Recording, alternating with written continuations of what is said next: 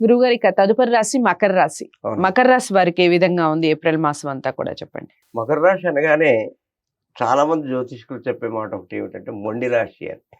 మొండి వాళ్ళు ఉంటారు. అంటే ఒక మంకు పట్టుదల ఎక్కువగా ఉంటుంది వీళ్ళకి. అంటే ఒకటి అనుకున్నారంటే సాధించే వరకు నిద్రపోని తత్వం మకర రాశి. అది నేను చెప్పడం లేదు.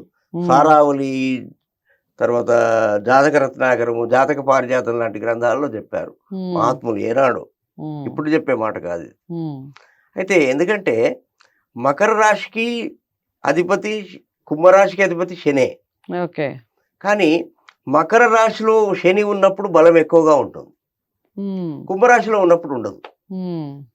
ఏమిటి, రెండింటికి ఒకే అధిపతి కదా, మరి కుంభరాశిలో ఉన్నప్పుడు ఎందుకు బలాన్ని ఇవ్వడంటే, ఇప్పుడు చూడండి, మన పెద్ద ఇల్లు ఉందనుకోండి ఉదాహరణకి, మనం పెరట్లో నుంచున్నప్పుడు ఇంట్లో ఉన్నంత సెక్యూరిటీగా ఉండం. అంటే ఏదైనా సర్పం లాంటిది వచ్చి కరవచ్చు, లేదా బయట ఏదైనా అటాక్ జరగచ్చు, ఎవరైనా కర్రతో కొట్టచ్చు. అంటే ఇంట్లో ఉన్నంత సేఫ్గా అయితే ఉండం కదా. కాబట్టి ఇక్కడ మకరం కంటే కుంభం కంటే మకరంలో ఎక్కువగా శని మంచి ఫలితాన్ని ఇస్తాడు. కాబట్టి మకర రాశికి కొంచెం బలం ఎక్కువ ఈ విషయంలో, అందుకే పట్టుదల ఎక్కువ.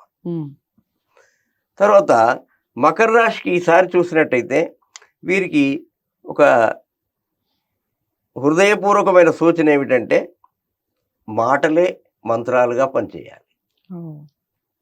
ఎందుకంటే రెండో ఇంట్లో మనకు కుజ శని ఉన్నారు. మంచి మాట్లాడడానికి ప్రయత్నించిన అది చెడయ్యే అవకాశం ఉంది కనుక మాట్లాడుకుని ఉండటం ఉత్తమం.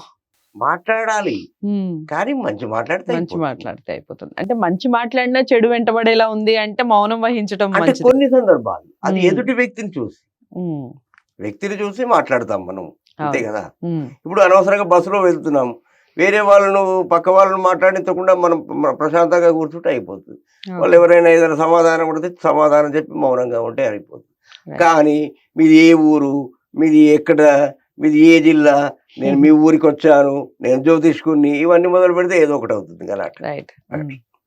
కాబట్టి మకర రాశి వారు ముఖ్యంగా మాటలకు సంబంధించి, ధనానికి సంబంధించి చాలా జాగ్రత్తగా ఉండాలి. రెండవది ధనం కూడా, వాక్కు ధనం, మాటలు ధనము జాగ్రత్త. వీళ్ళు బంగారాన్ని పోగొట్టుకునే అవకాశం ఉంది, కాబట్టి బంగారం గురించి జాగ్రత్తగా ఉండాలి. లేదా బంగారాన్ని తీశారు అనే నిందపడే అవకాశం కూడా ఉంది. ఇంతకుముందు నేను ఒక కన్యా రాశికి చెప్పాను. ఎందుకంటే కొన్ని ఫంక్షన్స్కి వెళ్తారు, వెళ్ళినప్పుడు ఏమైతుందంటే వీళ్ళపై ఎక్కువ నిఘా పడే అవకాశం ఉంది. ఎందుకంటే గ్రహాల కారణాల చేత కొన్ని మనం సినిమాలే కాదు నిజ జీవితాల్లో కూడా జరుగుతాయి.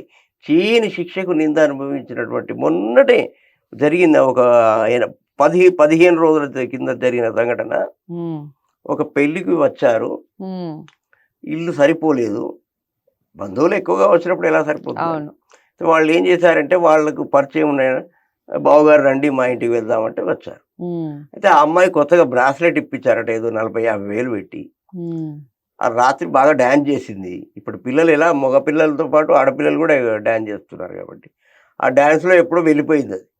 అది ఎంత మొత్తం అదంతా చెక్ చేసినాక తెలిసింది. వీళ్ళేమో వీళ్ళ బాధ ఏంటంటే వీళ్ళు ఏం చేయలేదు కాబట్టి వీళ్ళు మంచి నిమ్మలంగా ఉన్నారు. వాళ్ళేమో వాళ్ళ ఇంటికి పోయి పెళ్ళోళ్ళ ఇంట్లో చెప్పారు, మేము వాళ్ళ ఇంటికి పడుకోవడానికి వెళ్ళాం, బ్రాస్లెట్ పోయింది, 50,000 లాస్ అయినాం. అంటే వాళ్ళ తీసుకొచ్చి మర్యాదగా మంచాలు వేసి, పరుపులు వేసి, పడుకోబెట్టి, ప్రొద్దున లేచినాక స్నానాలు చేయించి, వాళ్ళ బట్టలన్నీ ఉతికి, టీ పెట్టి, టిఫిన్లు పెట్టింది, అన్ని పోయింది. వాళ్ళ మీదకి వెళ్ళి బదనం. ఇట్లాంటి అవకాశాలు ఉంటాయి తల్లి. కొన్నిటి నుంచి తప్పించుకోలేము ఎంత జాగ్రత్తగా ఉన్నా.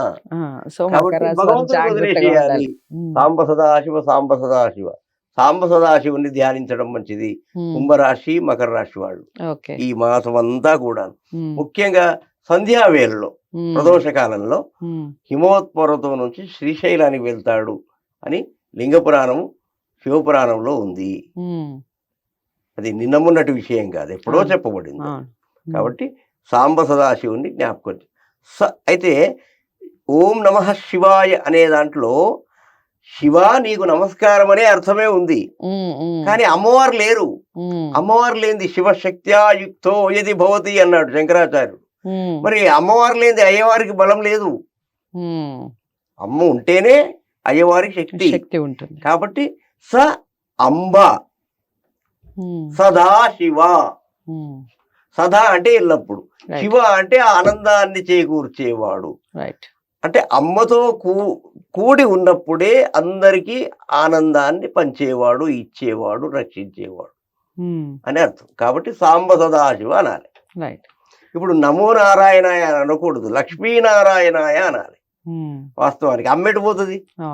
మరి ఈయన ఒక్కరి జ్ఞాపకం చేస్తే ఎట్లా, ఇద్దరి జ్ఞాపకం చేయాలి.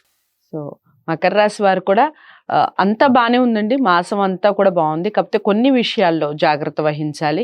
గురువుగారు చెప్పినటువంటి పరిహారాలని తూచా తప్పకుండా చేసే ప్రయత్నం చేయండి. మీరు వ్యక్తిగత జాతకాలని పరిశీలించుకోవాలి అనుకుంటే స్క్రీన్ మీద కనపడే నెంబర్కి కాల్ చేయండి. గురువుగారు మాట్లాడటం జరుగుతుంది. మీకు అపాయింట్మెంట్ ఇచ్చి మీ వ్యక్తిగత జాతకాలని కూడా పరిశీలించడం జరుగుతుంది. దానికి తగ్గ పరిహారాలని కూడా చెప్పడం జరుగుతుంది. మకర రాశి వారందరికీ ఈ విషయం చేరాలి అంటే లైక్ చేసి షేర్ చేయండి. ఛానల్ని సబ్స్క్రైబ్ చేసుకోవడం మర్చిపోవద్దు. తదుపరి రాశితో మళ్ళీ కలుస్తాను. నమస్తే.